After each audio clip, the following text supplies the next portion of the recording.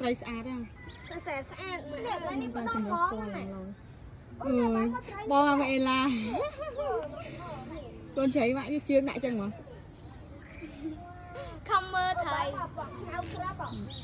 លើកន្លែងដាក់ចំណីស៊ីពីមុនមិនឲ្យដាក់ចំណីស៊ីចំណេះសបាយបានប៉ះកន្លែងយ៉ាងនេះបានប៉ះវាអីវិញវាស្អាតមែនហ៎មែនតាមវាផ្ដុំតែឯងមកក្រើមខ្ញុំផ្ដុំពេញហ្នឹងឡើងសូខ្ជូតណាចង់ប៉ះហ่าតែគេឲ្យប៉ះទៀតហ្នឹងគេបិទឲ្យកន្លែងផ្លូវចោះ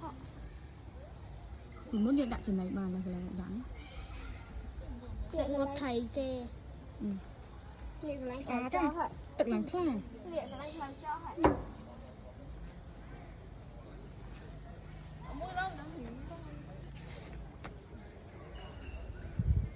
យើងចង់ចោះមើលថៃច្រើនណាកូនអ่ะចាប់ថៃមួយចាប់បានអត់មើលថៃឡើងលយទឹកថ្លាល្អ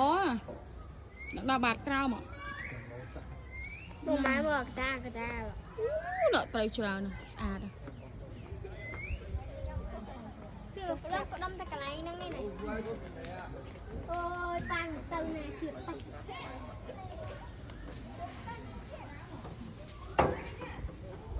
ចោះហត់ចុះចាប់